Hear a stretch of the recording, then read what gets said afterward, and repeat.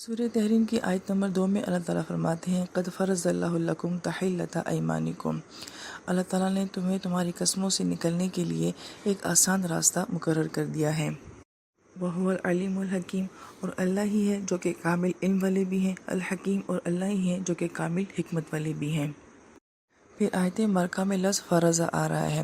فرض کا مطلب کسی چیز کا فرض ہونا ہی نہیں ہوتا یا لازم ہونا ہی نہیں ہوتا، بلکہ فرض کا معنی کسی چیز کی پوزیشن ڈکلیئر کرنا بھی ہوتا ہے۔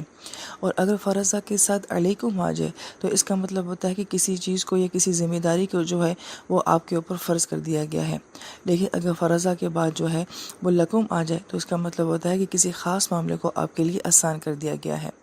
اور آیت مبارکہ میں فرض کے ساتھ لکم آ رہا ہے تو یہاں پہ گویا کہ کسی آسانی کا ذکر کیا جا رہا ہے۔ تو وہ کون سی آسانی ہے؟ تو انسان جو قسمیں کھاتا ہے اس میں کچھ قسمیں ایسی ہوتی ہیں جو کہ وہ غیر شعوری طور پہ کھا لیتا ہے، اس کے پیچھے اس کا کوئی ارادہ نہیں ہوتا، تو ایسی قسموں کو تو اللہ تعالیٰ مواخذہ نہیں فرماتے ہیں۔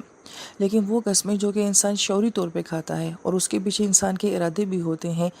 تو اگر ہم کوئی ایسی قسم کھا لیں جو کہ ہم نے شعوری طور پہ اپنے ارادے کے ساتھ کھا لی ہو، لیکن ہمیں احساس ہو کہ جو قسم ہم نے لے لی ہے یہ مناسب نہیں ہے اور نہ ہی اس کو پورا کرنا مناسب ہے، تو اللہ تعالیٰ اس آیت مبارکہ میں اس کا طریقہ کار بتا رہے ہیں کہ تم اپنی قسموں کے کفارے دے دو اور اپنی قسموں سے آزاد ہو جا۔ ضروری نہیں کہ انسان کسی غلط بات کی قسم کھا لے تو اس کو نبھانا جو ہے وہ لازمی ہو۔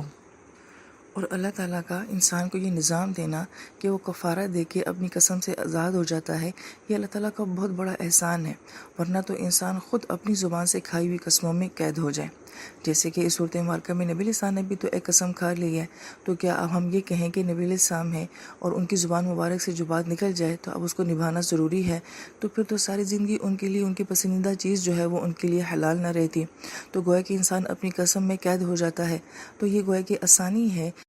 کہ اگر انسان جو ہے وہ نادانی میں یا جذبات میں آ کے کوئی ایسی بات کر جاتا ہے، قسم کھا لیتا ہے، تو ضروری نہیں کہ وہ ساری زندگی اس قسم کا بوجھ اٹھائے۔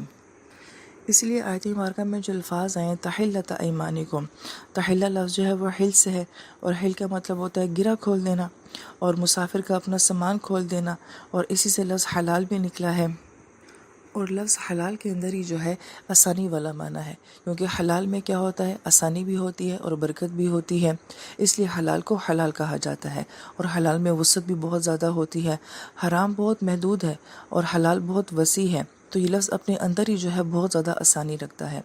پھر عرب معاشرے میں قسم کے لیے جو ہے وہ حلف کا لفظ بھی آتا تھا اور یمین کا لفظ بھی آتا تھا، اور یہاں پہ جو ہے یمین کا لفظ استعمال کیا گیا ہے کیونکہ عربوں میں یمین جو ہے وہ گویا کہ ایک عزت اور اکرام کی علامت بھی ہوتی تھی۔ تو گویا اس لفظ کے اندر تاثر یہ ہے کہ اگر انسان اپنی قسم کے ذریعے اپنی عزت کو، اپنے اکرام کو جو ہے وہ داؤ پہ لگا دیتا ہے اور کوئی ایسی قسم کھا لیتا ہے جس سے اس کی اپنی عزت جو ہے وہ خطرے میں پڑ جاتی ہے، تو اللہ نے یہ معاملہ حلال کر دیا ہے، اس معاملے کی گرہ کو کھول دیا ہے اور اسے نکلنے کا راستہ بتا دیا ہے۔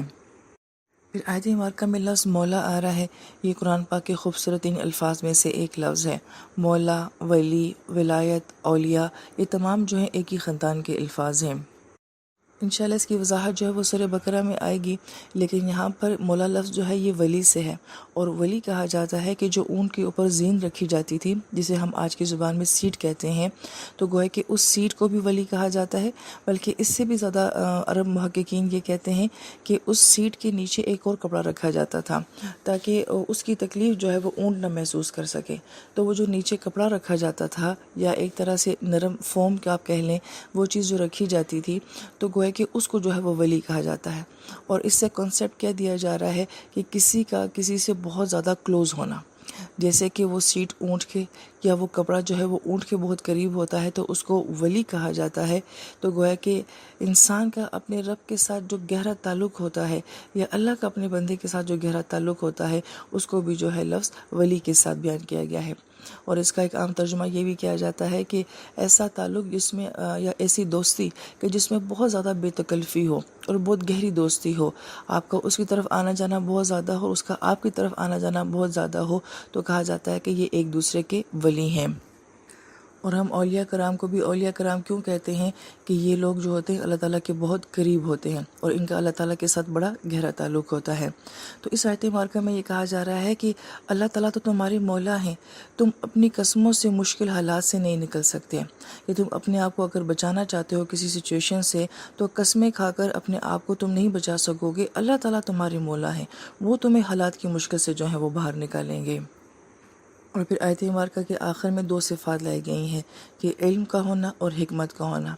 اور علم کا تعلق آیت مبارکہ کے ساتھ کس طریقے سے ہے کہ انسان جو بھی قسمیں کھاتا ہے وہ کیوں کھاتا ہے، اس کے پیچھے اس کی کیا سوچ ہوتی ہے، کیا ارادہ ہوتا ہے، اور وہ اپنی قسموں میں کتنا سچا ہوتا ہے، اور کس سچویشن کی وجہ سے اس نے کیا قسم کھائی ہوئی ہوتی ہے۔ تو گویا کہ ایک عمل کا تعلق بتایا جا رہا ہے، اور جہاں کہیں بھی قرآن پاک میں انسان کے اعمال کی بات آتی ہے وہاں اللہ تعالیٰ اپنی صفت علم کو لے کر آتے ہیں، کیونکہ کسی کے عمل کو سوائے اللہ تعالیٰ کی ذات کے کوئی نہیں جان سکتا کہ اس عمل کے پیچھے کیا سوچ ہے، کیا نیت ہے، کیا گہرائی ہے۔ لہٰذا اعمال کو اللہ تعالیٰ عموماً اپنی صفت علم کے ساتھ بیان فرماتے ہیں۔ اور پھر یہاں پہ جو حکمت کا لفظ آ رہا ہے، حکمت کا تعلق آیت کے ساتھ کس طریقے سے ہے کہ کسی چیز کو اللہ تعالیٰ حلال کرتے ہیں یا حرام کرتے ہیں، اس کی کیا حکمت ہے اور کیوں اللہ تعالیٰ ایسا کرتے ہیں، یہ حکمت صرف اللہ تعالیٰ ہی کے پاس ہے۔